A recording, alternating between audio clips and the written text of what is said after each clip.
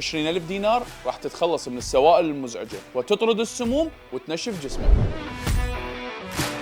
عرض اليوم عن الشريد، المنتج الأقوى لطرد السوائل من الجسم، وكل هذا ب20,000 دينار، توصيل مجاني بغداد ومحافظات ب5,000 دينار.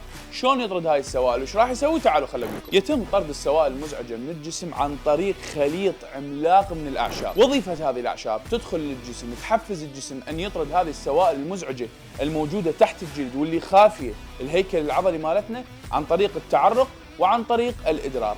بذلك راح نحصل على عضلات صافية وخالية من السوائل. وأكو ملاحظة مهمة جدا أريد أقولها للاعبين الأبطال. كثير من اللاعبين يعتقدون انهم عندهم شحومه عنيده ويلتزم بالاكل ويقلل سعرات، لكن دا يشوف ماكو نتيجه.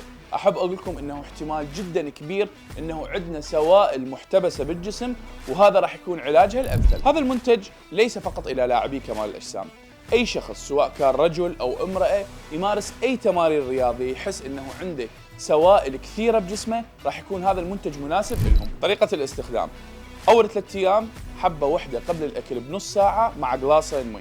باليوم الرابع تصير 3 حبات باليوم، يعني قبل الإفطار وقبل الغداء وقبل العشاء بنصف ساعة مع قلاصين من المي. مرياس جروب هي الوكيل الرئيسي والحصري للأف أي والباد آس والنوكلر والأتاك والبريميوم، وانتظروا الخط الجديد، خط مرياس.